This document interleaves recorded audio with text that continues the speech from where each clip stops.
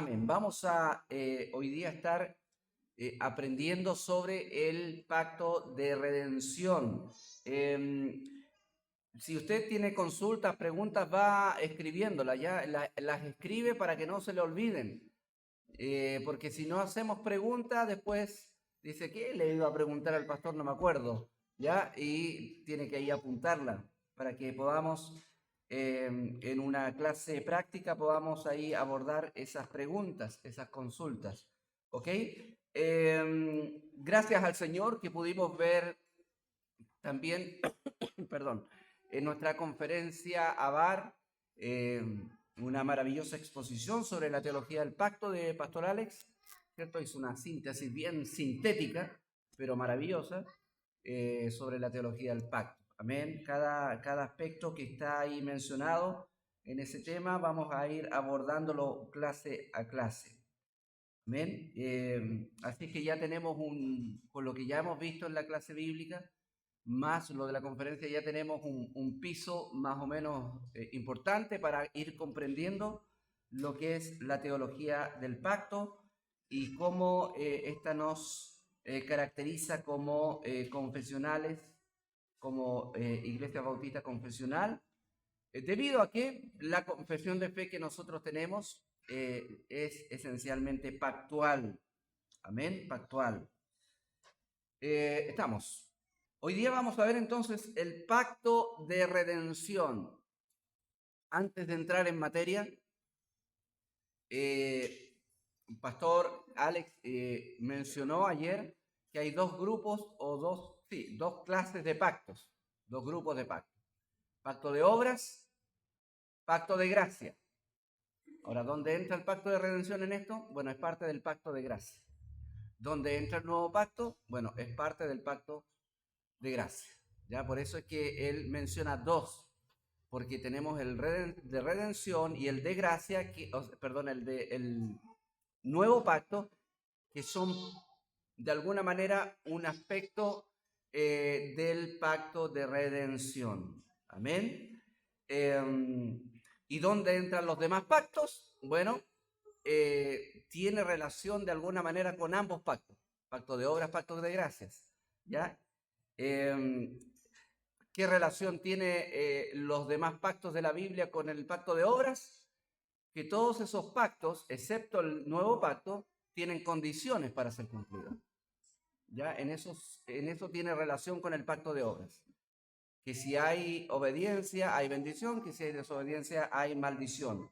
Y ahora, ¿qué tiene que ver el pacto de gracia con estos pactos? Bueno, que en cada uno de estos pactos, a pesar de que hay demandas que deben ser cumplidas, están dentro de estos pactos contenida la proyección, el anuncio, la promesa del pacto de gracia. Siempre hay gracia dentro de los pactos. Hay demandas, sí, pero siempre hay gracia dentro de los pactos. Amén. Entonces, de alguna manera, en los pactos bíblicos se encuentran tanto el de obras como el de gracia. ¿Ya? El de obras, ahí, presente, pidiendo demandas. El de gracia, escondido, ¿ya? Escondido, progresando hacia su cumplimiento, ¿ya? Esa es la idea de estos pactos en el Antiguo Testamento. Ok, vamos a ver el pacto de redención, hermanos míos, que es el pacto que le da cuerpo a toda la obra redentora que aparece en la Biblia. Todo lo que aparece en la Biblia que tiene que ver con la obra redentora de Cristo, desde el Génesis hasta el Apocalipsis, tiene su origen en el pacto de redención. Por eso es importante que comprendamos bien los detalles del pacto de redención, ¿ya? Para que cuando nos topemos o cuando vamos avanzando en nuestra historia redentora, no tengamos problemas en ir comprendiendo este desarrollo, ¿ya? Ahora, otra cosa importante, que cuando nosotros comprendemos mejor el pacto de redención, se nos aclara mucho el panorama de la relación que tenemos nosotros dentro del nuevo pacto con Cristo y con Dios, ¿ya?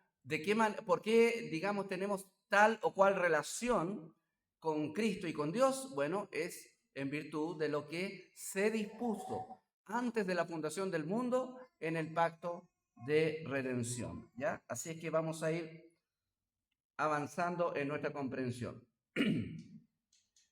Texto clave para una base de uno de los textos, ojo, uno de los textos, pero muy buen texto que usted puede leerlo, releerlo y releerlo y releerlo, es Juan capítulo 17.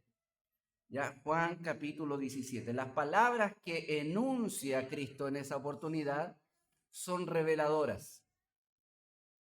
En las palabras que enuncia el Señor ahí en Juan capítulo 17, se da a entender de que todo lo que Cristo está haciendo es algo que obedece a una planificación que se originó antes de la fundación del mundo, cuando no había tiempo, o como los teólogos dicen, en la eternidad pasada, antes de que el tiempo fuera parte de la realidad de este universo.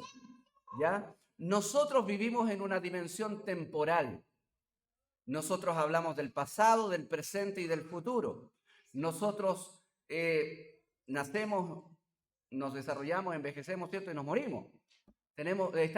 Estamos existiendo en la dimensión del tiempo, ¿ya? Nosotros hablamos de ayer y hablamos también de anteayer y del año pasado y hace siglos atrás.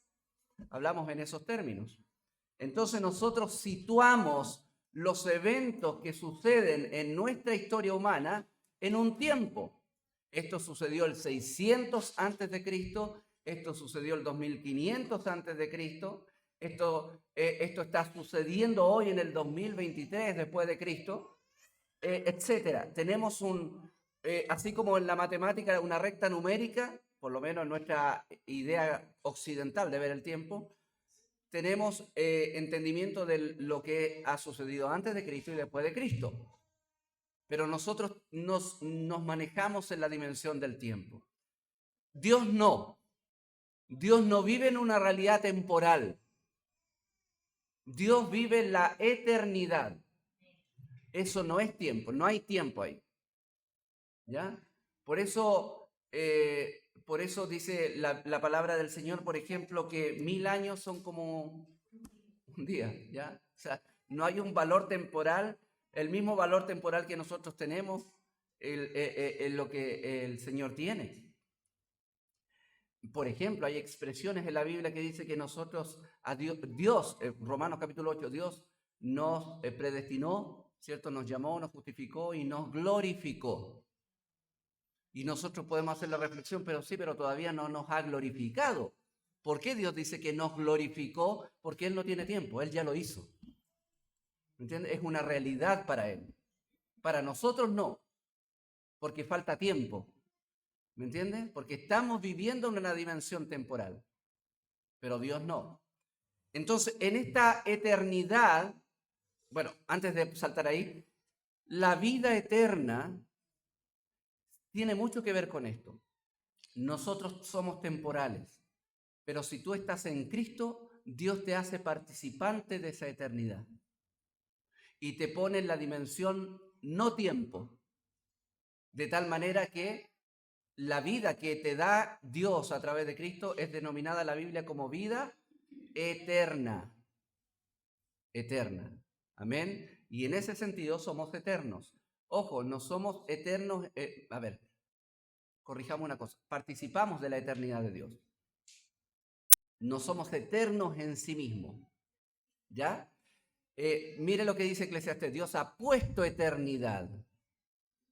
Ha puesto eternidad en el corazón de los hombres. ¿Por qué no somos eternos?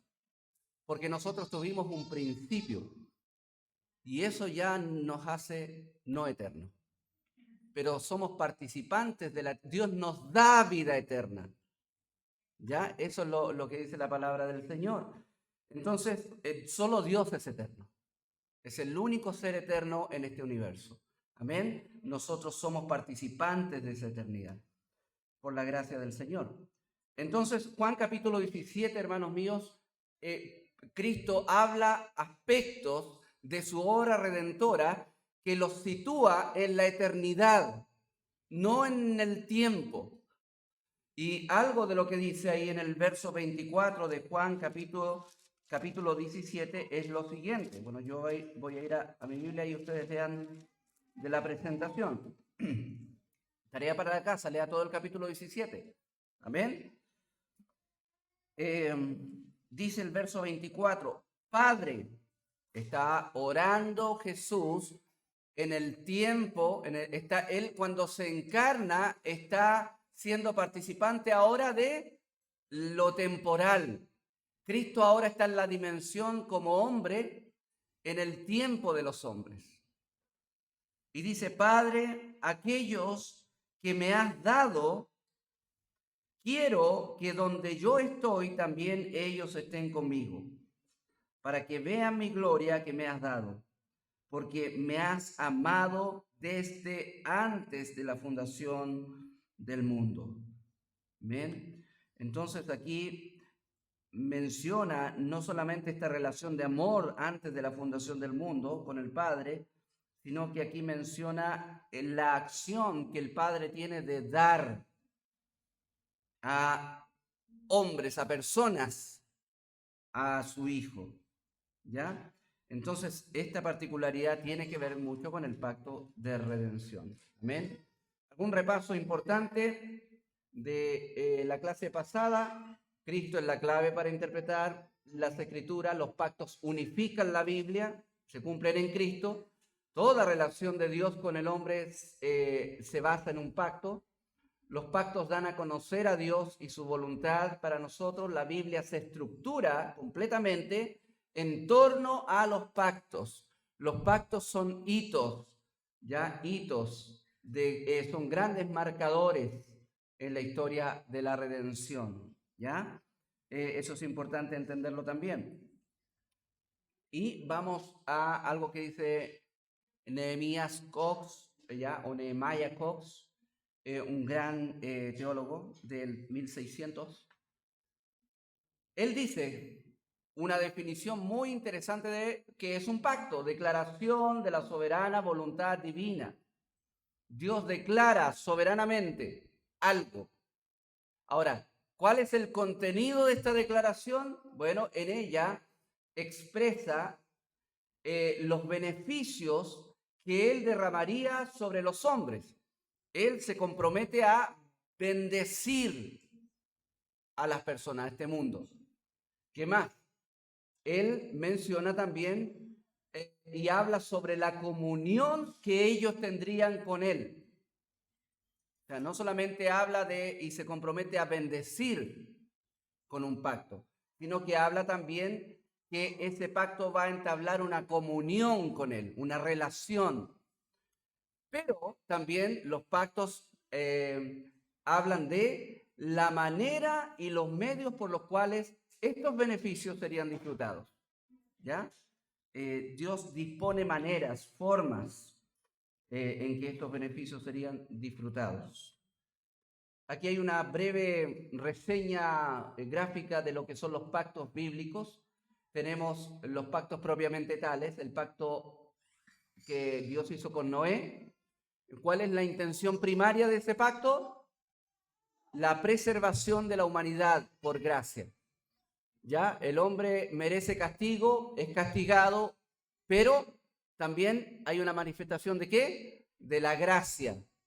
¿Ya? Y eso es un anuncio. ¿El anuncio de qué? De que el ser humano iba a ser salvo por gracia. ¿Ya? Salvo por gracia. El pacto abrahámico. ¿Cuál es la? Bueno, en la cabeza federal, el representante del pacto en el pacto noético es Noé. ¿Ya? El pacto abrahámico en la cabeza federal, el representante es Abraham. ¿Y qué es lo medular de ese pacto? El origen del pueblo redimido. En el pacto mosaico, el representante ahí, primariamente, o sea, en primera instancia cuando fue dado está Moisés, pero ojo, no es Moisés el representante de ese pacto esencialmente, porque el representante de ese pacto más adelante se estipula bien eso, es el rey. El rey. ¿Ya? Por eso es que en la historia, por ejemplo, de los reyes, Samuel, Crónica, vemos que si el rey anda bien, el pueblo anda bien. Si el rey anda mal, el pueblo anda mal. ¿Por qué? Porque él es la cabeza federal del pacto. Él representa al pueblo delante de Dios en ese pacto. ¿Ya? Y está también el pacto davídico, donde David es la cabeza de ese pacto y la promesa que hay contenida ahí es que Dios va a enviar un rey que será redentor y que va a ser hijo de David. ¿Ya? Bueno, en el pacto mosaico hay está la ley de Dios, la promesa de un rey, un profeta y un sacerdote. ¿Ya? Amén. Bueno, objetivo de esta clase, vamos a ver algunos objetivos, vamos a ir avanzando por el tiempo. Hermanos, aquí hay 3 pactos bíblicos.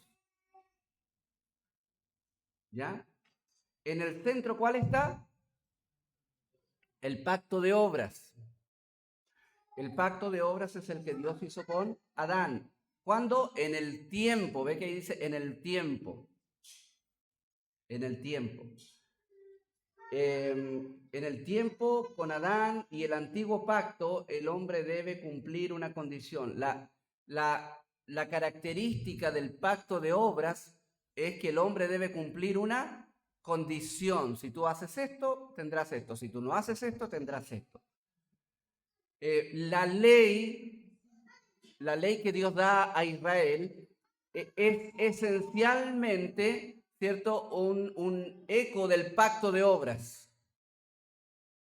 ¿Cuál es la diferencia en la ley? En que a pesar de que esencialmente está contenida el espíritu del pacto de obras, pero también hay gracia, ¿ya? El pacto de gracia también se hace cuando en el tiempo. Es anunciado en los pactos previos y consumado por Cristo en el nuevo pacto. Entonces, pacto de obras, pacto de gracias. ¿Qué relación o con cuál está relacionado el pacto de redención? Esencialmente, tiene que ver con las dos, ¿ya? En sentido de que si hay un pacto de obras en donde Adán falló, se necesita redención, ¿ya? Por eso tiene relación. Pero esencialmente el pacto de redención está asociado y pudiéramos decir prácticamente que es el mismo que el pacto de gracia. ¿Cuál es la diferencia entre el pacto de redención y el pacto de gracia si decimos que es el mismo en el fondo? ¿Y cuál es la diferencia con el nuevo pacto que también decimos que es el mismo en el fondo?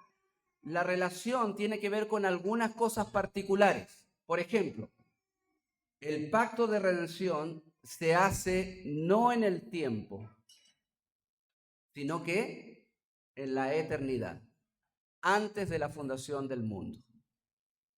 Pero ¿un pacto con quién si no había gente?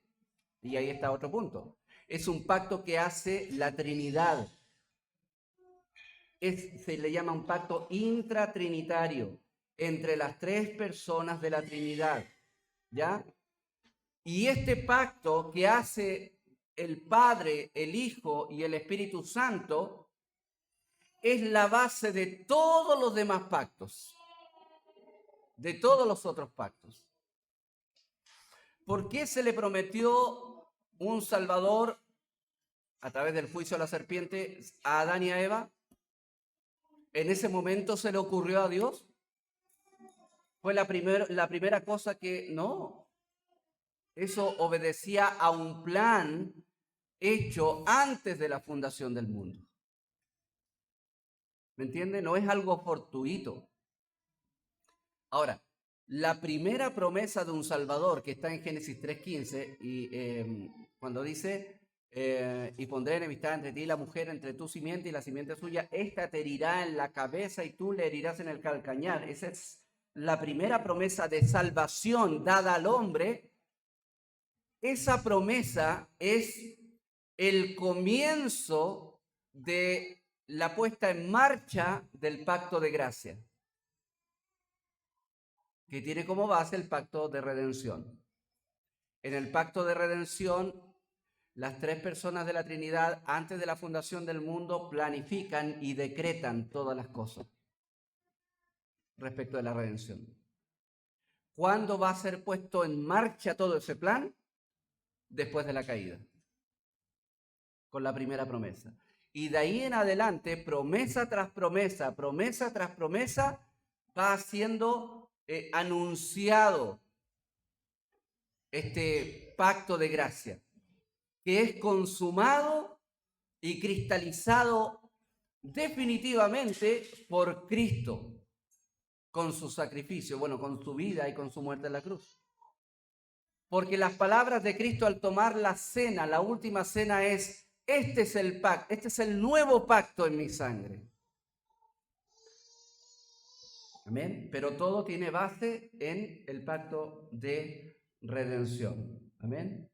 Este es el pacto que hoy vamos a ver, el pacto de redención, que está las tres personas de la Trinidad.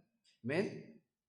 A esto los teólogos le llaman el pactum salutis, ya el pacto de salvación. Es primero en orden lógico. No puedo situar otro pacto antes que este. Es el primero. Como dijimos, es la base de todos. Es el que le da inicio a toda la historia redentora. Toda la historia redentora tiene su origen en el pactum salutis, el pacto de salvación, de redención. ¿Ya? Ojo, importante eso que dice entre paréntesis. Es el primero en el orden lógico, porque todos se basan en ese y todos comienzan en ese. Pero no es el primero en aparición. Porque recién acá en Juan 17, recién ahí, en ese punto de la historia, comenzamos a, o sea que esto es antes de la fundación. Y Efesios 1, wow, o sea que esto no es improvisado, no es que de pronto, esto estaba planificado antes de la fundación del mundo. Entonces, ahí en el Nuevo Testamento comienza a ser aparición este pacto de redención. En el Antiguo Testamento hay atisbos que en el Nuevo Testamento lo aclaramos. Después vamos a ver esos versículos. También, particularidad de pacto de redención es hecho en la eternidad, es atemporal, no pertenece al tiempo de los hombres. Y es, no se olvide nunca, este pacto de redención no es un pacto hecho con el hombre, es un pacto entre las personas de la Trinidad. La pregunta que podemos hacer a esta altura es, ¿y cómo los teólogos llegan a estas conclusiones? ¿Cómo los estudiosos pueden llegar a la conclusión de que el Hijo hizo un pacto con el Padre, que el Padre hizo un pacto con el Hijo, de que el Espíritu Santo hizo un pacto? ¿Dónde están esos compromisos? Bueno, en la narrativa bíblica hay innumerables textos donde inevitablemente nosotros podemos inferir dicho pacto. ¿Ya? Vamos a ver esos textos. Sin antes mencionar lo que dice nuestra confesión de fe. Que dice, permiso, voy a correr un poco, voy a correr el velo como... Apocalipsis significa eso. Apocalipsis significa correr el velo. Revelar, revelación. El pacto de gracia, dice nuestra confesión de fe, tiene su fundamento en aquella transacción federal y eterna que hubo entre el Padre, el Hijo y el Hijo acerca de la redención de los escogidos. Ya hay escogidos antes de la fundación del mundo, que tenían que ser redimidos. Para llevar a cabo dicha redención, entonces hubo una transacción federal, un compromiso mutuo, un pacto ya intratrinitario. Y aquí está en forma gráfica, de alguna manera, lo que es el pacto de redención en términos de conceptos, ¿ya? El pacto de redención es entre las tres personas de la Trinidad, Padre, Hijo y Espíritu Santo. ¿Cuál es el propósito? Importantísimo, hermanos míos. ¿Cuál es el propósito de este pacto intratrinitario? la Biblia no revela un propósito superior a este, glorificarse a sí mismo, para su propia gloria. Nosotros estamos acostumbrados a los propósitos pragmáticos, prácticos. No, yo hice esto para conseguir esto, ¿cierto? Y generalmente esos propósitos pragmáticos tienen que ver esencialmente con nuestro bienestar temporal y humano. Pero Dios, hermanos míos, todo lo que hace es para su propia gloria. Si tú hicieras eso, serías el peor egocéntrico del mundo. Pero Dios es el único ser en el universo que vive para sí mismo, para su propia gloria, y a quien se le debe todo el honor, toda la honra, toda la gloria, toda la alabanza, todo el amor, toda la obediencia. Entonces, es el único que puede decir cosas como esta: mi nombre es grande. ¿Ya? No hay otro fuera de mí. No hay otro mayor que yo. Si tú lo dijeras eso, sonaría horrible. Pero cuando Dios lo dice, sabemos que Él lo merece. Y eso es así. Amén. Entonces, todo este pacto de redención es en virtud de glorificarse en la salvación de los pecadores. ¿Ya? ¿De qué manera? Bueno, digamos, el Señor sabemos que se glorifica a sí mismo porque Él merece adoración y gloria. Amén. Pero hay atributos de Dios.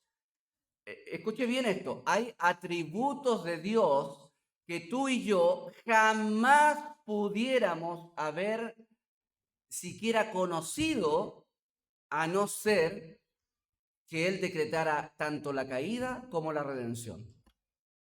Nunca habríamos conocido de su misericordia, porque para tener misericordia de alguien, ese alguien debe estar en una situación menesterosa, necesitada, miserable. ¿Me entiende? ¿Cómo pudiéramos haber nosotros conocido el amor de su salvación si no hubiera necesidad de ser salvo? ¿Me entiende? Entonces Dios decreta y permite, por ejemplo, la caída. ¿Qué hace el Padre? Decreta y envía. El Padre, voy a decirlo en esta forma, ordena toda la historia y dispone las cosas. ¿Y ahí cómo llegamos a conclusión? Frases de Cristo, por ejemplo. Yo no hablo de mi propia cuenta. Todo lo que el Padre me dice que yo debo decir, eso digo. Yo no hago las cosas de mi propia cuenta. Lo que el Padre me mandó a hacer, eso voy a hacer.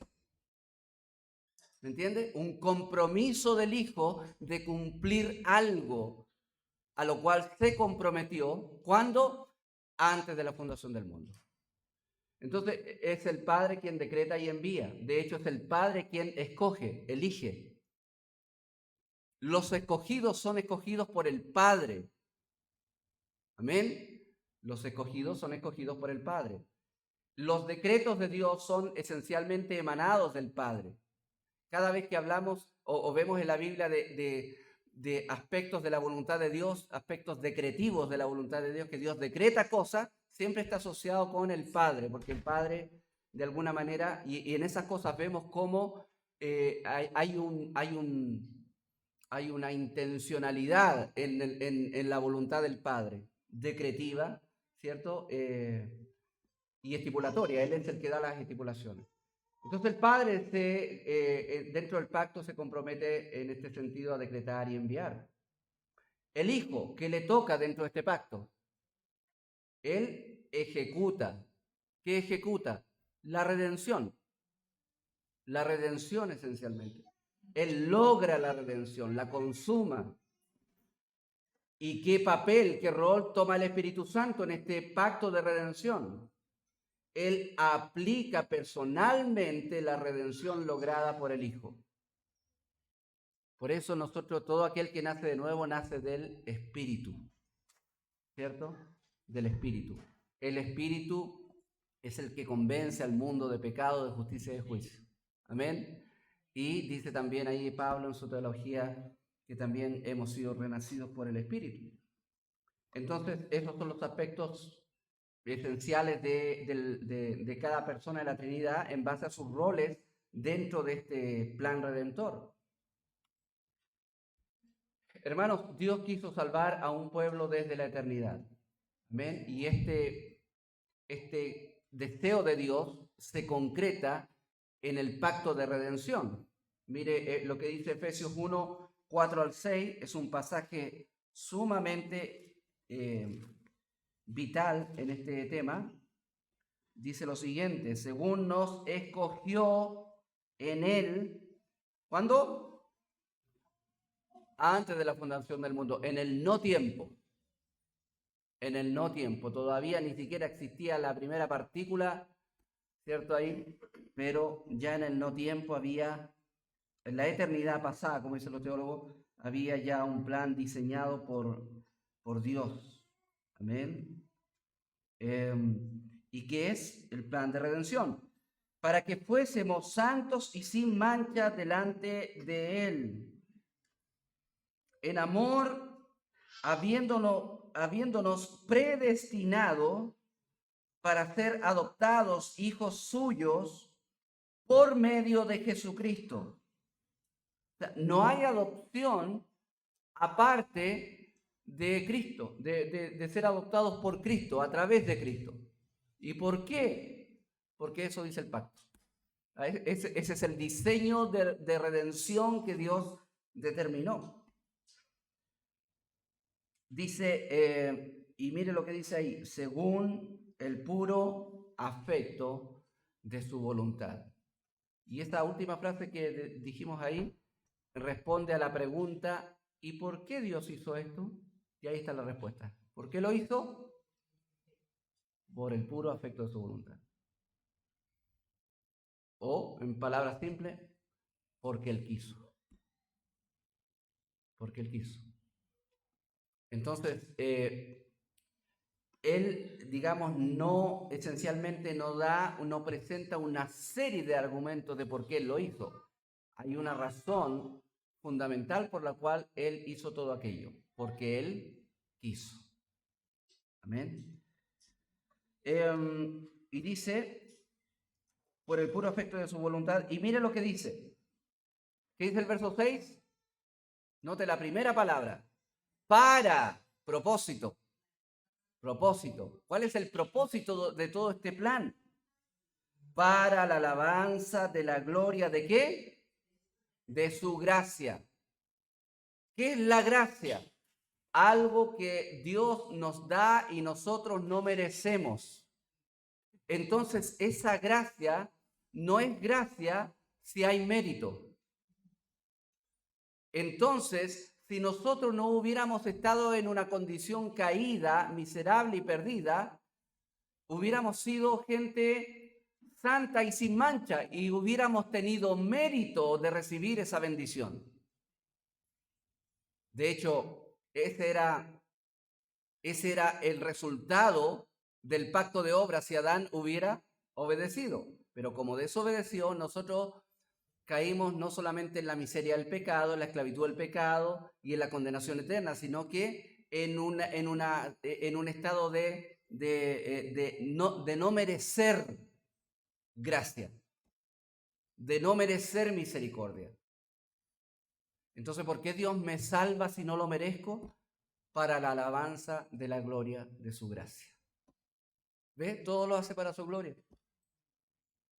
Todo lo hace para su gloria. Con el cual nos hizo aceptos, con la cual, dice, con la gracia, que nos hizo aceptos en el amado. Amén. También ahí, según a los Tesalonicenses 2:13, Dios os ha escogido desde el principio para salvación, le dice Pablo a los Tesalonicenses, mediante la santificación por el Espíritu. Ve, ahí está la acción del Espíritu en el plan redentor. ¿Qué hace el Espíritu Santo? Los aparta a los escogidos. Cuando hay un llamado en nuestra vida a través del Evangelio y de pronto despertamos a la realidad de nuestra condición y nos entregamos a Cristo, todo ese proceso humano que vivimos es de alguna manera no solamente empujado, sino que orientado en nuestra mente y corazón por el Espíritu Santo. Él nos aparta para Cristo. Toda vez que se ve al Espíritu Santo relacionarse en el plan, en la obra de salvación, siempre tiene este rol: impartir, dar, guiar, mover, ¿cierto? Ese es su rol, ¿ya? Llevar al pecador perdido al conocimiento de Cristo y a la salvación. Él imparte aquello y le hace nacer de nuevo. La venida de Cristo es presentada como un pacto entre el Padre y el Hijo. Y estos son interesantes, estos textos. Cuando Cristo se hace hombre, ¿ya? Cuando se hace humano y toma forma de hombre a través de la Virgen María, ¿cierto? Esto de hacerse hombre y venir al mundo de los hombres, al tiempo, el eterno se hizo temporal en términos humanos, ¿ya? Viene a vivir en el tiempo de los hombres, pero esta venida de Cristo responde al pacto entre el Padre y el Hijo. ¿Cómo inferimos esto? En textos como estos. Yo de Dios he salido, dice Cristo, y he venido, pues no he venido de mí mismo, sino que, ¿qué dice? Él me envió. ¿Quién es Cristo? Dios. Y Dios se hizo hombre, ¿cierto? Dios entre nosotros. La pregunta es, ¿Dios el Hijo vino por sí mismo? ¿A él se le ocurrió? Voy a ir. Cristo siempre manifestó algo. Él me envió. El Padre me envió. Yo vine acá porque Él me envió. ¿Ya? Entonces, Él viene encomendado.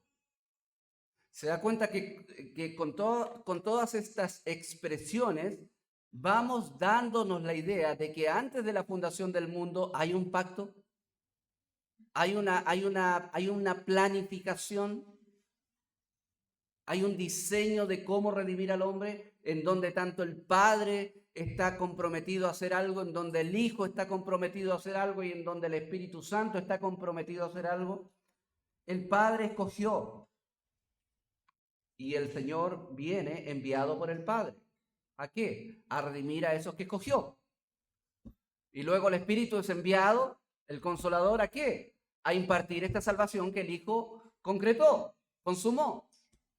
Bueno, Cristo dice también, las mismas obras que yo hago dan testimonio de mí, que el Padre me ha enviado. ¿Quién envió a Cristo? El Padre. El Padre. ¿Qué más dice? Porque he descendido del cielo no para hacer mi voluntad. Bueno, ¿no es Dios? ¿Y qué pasa con la voluntad de Dios? ¿Entienden? Y ahí entramos en un tema a veces coyuntural teológicamente, porque muchos teólogos hablan de que en esta Trinidad hay una especie de subordinación. El Hijo se subordina al Padre y el Espíritu Santo se subordina al Hijo. Eso podría ser una herejía si hablamos de que la Trinidad funciona así. Pero, cuando vemos nosotros la dinámica de la redención, por ejemplo, cuando Cristo se hace hombre, ahí sí podemos ver una faceta en Cristo como hombre de subordinación a lo que el Padre le dice que haga, incluso al Espíritu. También hay una especie de subordinación en términos de lo que, porque dice, yo os enviaré otro consolador. O sea, Cristo va a enviar. Pero esa subordinación no es parte de la dinámica eterna de la Trinidad, porque los tres son Dios. No hay ninguno superior a otro. Pero sí cuando se habla del plan redentor en este mundo, ahí, para funcionar mejor en este plan, podremos decir, ¿ya? Cada uno asume un rol. Y como cada uno asume un rol en este plan, en el tiempo de los hombres, para asumir bien ese rol es necesaria esta matiz de subordinación en cuanto a los planes que ellos mismos tienen. Yo no hablo de mi cuenta, lo que el Padre me dice, eso digo. Yo vine aquí no por mí mismo, Él me envió, ¿ya? Yo me voy, pero les voy a enviar, ¿me entiende? Ahí hay una especie de subordinación cuando hablamos del plan redentor. En la economía intratrinitaria eterna, no podemos de alguna manera decir que hay una subordinación en sí. ¿Por qué? Porque Dios es uno. ¿Entiende? Y en ese sentido, cada uno de ellos tiene la misma gloria, el mismo poder, la misma autoridad. Amén. ¿Qué dice? Porque he descendido del cielo no para hacer mi voluntad, sino la voluntad del que me envió. ¿Cuál es la voluntad del que me envió? ¿Y qué dice? Que de todo lo que me diere, ¿quién? ¿Quién le dio? El Padre. No pierda yo nada, sino que lo resucite en el día postrero.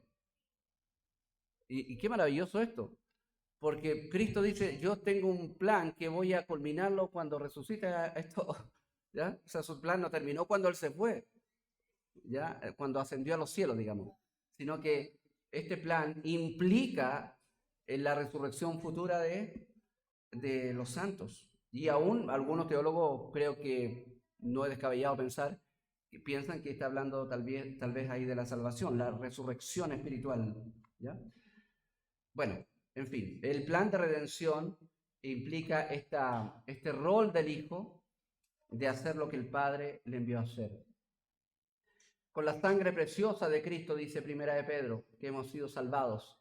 Hemos sido comprados, redimidos con la sangre preciosa de Cristo, como de un cordero sin mancha y sin contaminación. Y mire lo que dice, ya destinado desde antes de la fundación del mundo. ¿Cuándo fue destinado este cordero redentor? Antes de que hubiera pecado, antes de que hubiera mundo. ¿Entiende? ¿Entiende que la salvación no es un acto reactivo de Dios? No es, oh, mi creación cayó en desgracia, ¿qué hago? Ya, hagamos esto. No, él antes de la fundación del mundo hace un plan perfecto. De hecho, la perfección es la característica principal o una de las características principales de este plan redentor. ¿Amén? Dice, yo no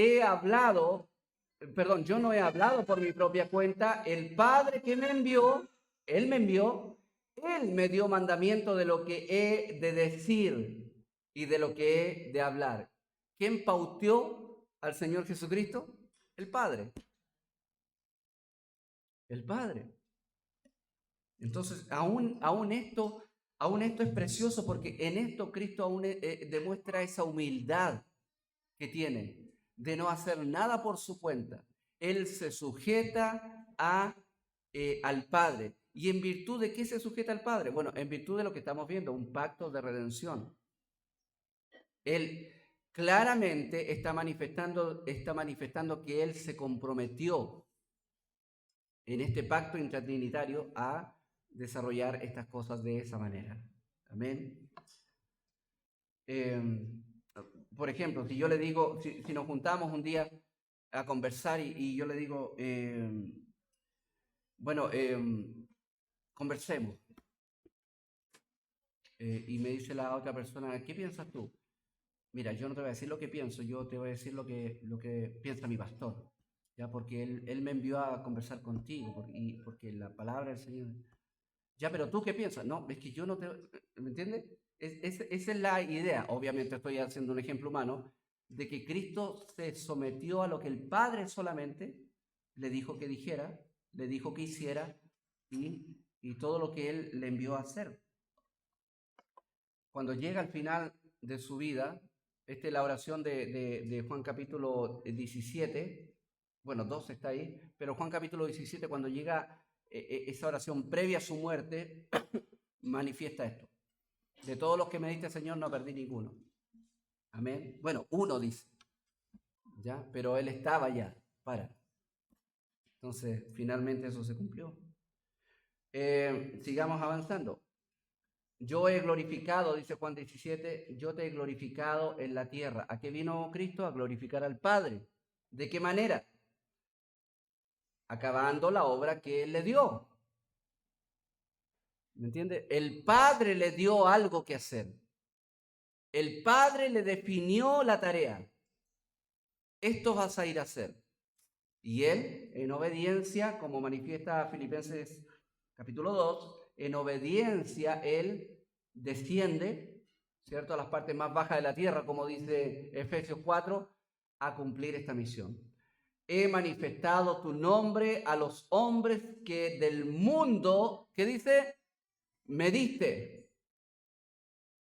Tuyos eran y me los diste y han guardado tu palabra. ¿Ya? ¿De quién eran estos hombres? ¿De quién eran estas personas? De Dios, del Padre. Él los escogió. ¿Ya? Él nos escogió. De hecho, Pedro dice que el Padre nos ha escogido. Pero nos escogió ¿para qué? Para regalarnos a su Hijo. ¿Ya? Es un regalo para su Hijo, un pueblo. Han guardado tu palabra, las palabras que me diste. ¿Ya? Entonces, ¿qué dice? ¿Qué le dio el Señor? ¿Qué le dio el Padre? Una obra.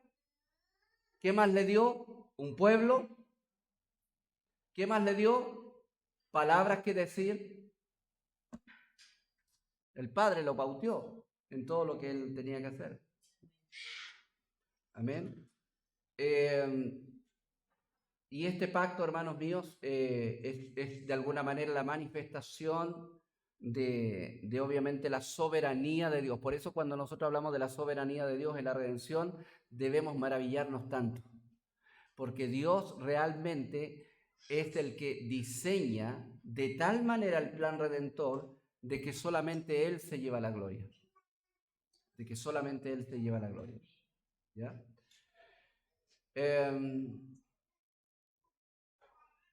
Este pacto de alguna manera contiene partes, hay partes que están relacionadas en este pacto. También hay promesas y condiciones, ¿ya? Y el hecho de que hayan partes y que hayan promesas y condiciones hace meritorio que le denominemos pacto. ¿Ya? Pacto. Porque algunos dicen, ¿por qué pacto de redención? ¿Dónde dice eso en la Biblia? Ahí está el biblicismo, ¿cierto? ¿Dónde dice eso en la Biblia? No, si no dice, pero tú puedes inferir. Todo lo que tú crees de Cristo, todo lo que tú crees, todo lo que tú tienes como tus creencias, hermanos míos, son cosas que has inferido de la palabra del Señor. Porque la palabra del Señor no es una enciclopedia, no es un diccionario de definiciones, ¿ya? De hecho, la Biblia no es una confesión de fe, no es una teología sistemática, donde tú, cada aspecto tú lo define y lo desarrolla, lo define, no. La Biblia tiene innumerables contenidos de diferentes, ¿cómo se llama? Figuras literarias, en donde cada una de ellas tiene un contenido teológico y tú debes ir infiriendo las verdades detrás de eso. Entonces, el pacto de redención es una verdad inferida de toda la información que la Biblia habla. Y la Biblia nos habla de que antes de la fundación del mundo, entre el Padre, el Hijo y el Espíritu Santo, han hecho un acuerdo, un pacto para redimir a la humanidad caída. Y este pacto se ve en la palabra del Señor. Vemos que hay partes en este pacto, hay personas que toman parte en este pacto, hay promesas, hay condiciones. Por ejemplo, hablando de la parte, dice, yo publicaré el decreto. ¿Cuál decreto? Jehová me ha dicho, mi hijo eres tú, yo te engendré hoy. Ya, mi hijo eres tú. Entonces ahí Dios decretando, ¿ya? Decretando. ¿Y qué dice después, seguidito? ¿Qué le dice el Padre al Hijo? Pídeme y te daré por herencia a las naciones. Y hermano, los de la teología de la prosperidad toman este versículo y se lo aplican a ellos mismos. Dicen, no, pídele al Señor y Él te dará a las naciones por herencia. Mentira, no crea eso. Esta es una declaración que el Padre da al Hijo.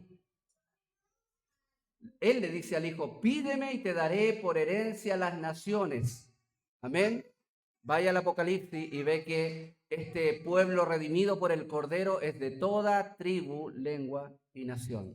Dios cumplió su parte, ¿ya? Con el Hijo. Y como posesión tuya los confines de la tierra. Por eso Cristo dijo, toda potestad me ha sido dada en el cielo y en la tierra, así que vayan y hagan discípulos.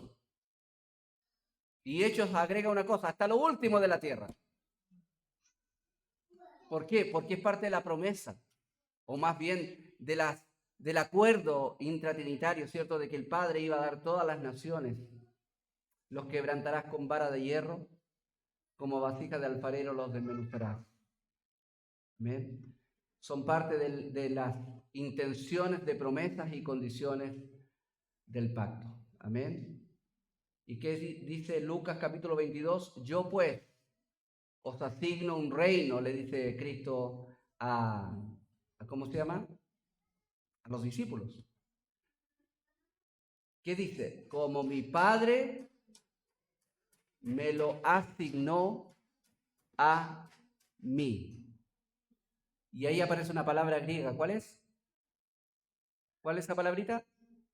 Diateque. ¿Qué importancia tiene diateque? Que es una palabra que también se puede traducir y se traduce como pacto. Sunteque y diateque son palabras que se traducen como pacto, ¿ya? Y aquí se ocupa, se traduce, creo que esta es la traducción del 60, de Reina Valera, se traduce como asignar. En el fondo está diciendo, mi Padre me dio este reino porque Él se comprometió a dármelo. Esa es la idea detrás de esa expresión. ¿Ya?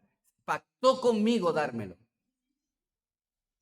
Y yo a ustedes les asigno un reino, así como el Padre a mí me asignó un reino. ¿Amén? Yo pacto con ustedes este reino, así como el Padre pactó un reino conmigo.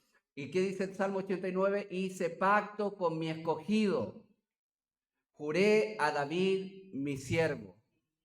¿Ya? Hizo pacto con su escogido. ¿Bien?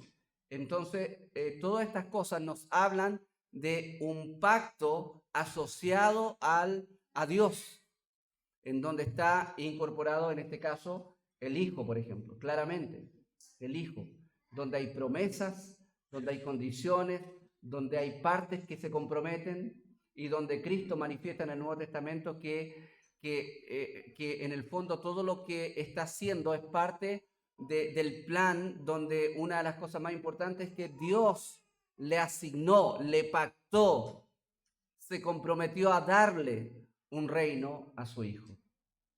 Amén. La posición de Cristo en el pacto, ¿qué posición tiene Cristo en este pacto? Bueno, Él es fiador, dice Hebreos, de este pacto. ¿Qué significa que es fiador? Que es el responsable de cumplir obligaciones legales de un tercero. ¿Ya? Es como una especie de abogado representante. ¿Ya? ¿Y qué es el fiador? Dice, yo voy a cumplir por ello.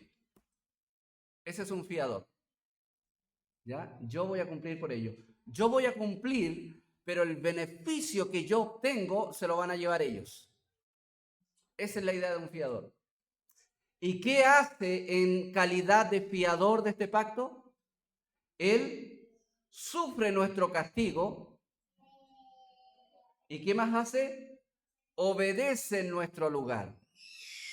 De tal manera que cuando nosotros estamos en Cristo, estamos libres de castigo porque Él lo pagó y estamos en una condición de perfección y de justicia delante de Dios porque Él la ganó. Él nos la regaló. También, no solamente Él es fiador del pacto, sino que también Él es cabeza del pacto. Es decir, Él representa a su pueblo ante el Padre. Y ahí eso lo puede ver en Romanos capítulo 5, bueno, verso 12 en adelante, pero particularmente el verso 19 dice lo siguiente: porque así como por la desobediencia de un hombre, ¿quién es este uno? Es Adán. Por la desobediencia de Adán, ¿qué pasa? Los muchos fueron constituidos pecadores, también por la obediencia de uno. ¿Quién es ese uno? Cristo. Los muchos fueron constituidos justos. Dos representantes de cada grupo. Esa es la idea. Cabeza federal del pacto de obra, Adán. Y por causa de él, todos son constituidos pecadores. Cabeza federal del nuevo pacto, Cristo. Y por él, todos son constituidos justos. Y la pregunta es que, ¿en dónde estás tú? Si no estás en Cristo, estás en Adán. Aunque no lo quieras, estás inserto dentro de una relación de pacto con Dios. Y si estás en Adán, la palabra del Señor dice que estás muerto en tus delitos y pecados. Estás bajo la ira de Dios, estás bajo el castigo eterno. Y la única manera de cambiar de reino es a través de Cristo. Es a través de Cristo. Cristo es el medio a través del cual las personas, los pecadores de este mundo son trasladados del reino de las tinieblas, donde estamos todos cuando estamos bajo el pacto de obras de Adán, y somos trasladados al reino de su amado Hijo. Cristo es la única, por eso dijo Cristo: yo soy el camino. Es el único camino. Y estás en Cristo o estás en Adán, con todas las condiciones, con todas las consecuencias que tiene el estar bajo cada uno de ellos. Si estás en Adán, es decir, si no estás en Cristo, tu obligación hoy día es cumplir la ley de Dios en forma perfecta. O si no, vas a ser castigado. El problema es que no puedes. Por lo tanto, es imposible que te salves a ti mismo. Pero es la condición. Pero si tú estás en Cristo, ¿hay una condición bajo el pacto de gracia, el nuevo pacto? Claro que sí, pero la cumple Cristo. Por eso se llama el pacto de gracia, porque te es dado algo que tú no mereces, que es la salvación, que es el perdón, pero no en virtud de nada, sino que en virtud de que alguien, ¿cierto? Fiador, alguien pagó por ti. Alguien vivió por ti. Alguien te representó para cumplir todas las demandas que tiene Dios en su pacto. Él las cumplió. Él es cabeza, Él es fiador. Amén. Dios pudo hacer un pacto de gracia con nosotros porque Cristo cumplió el pacto de obras por nosotros. ¿Entiendes? Si no estás en Cristo, estás obligado a cumplir el pacto de obras. Pero si estás en Cristo, ya Cristo lo cumplió. Ya Cristo lo cumplió. Amén. Por eso, por gracia y solamente a través de la fe. Amén. Bueno, quedan algunas cosas que las vamos a ver la próxima semana. Amén. Oremos al Señor.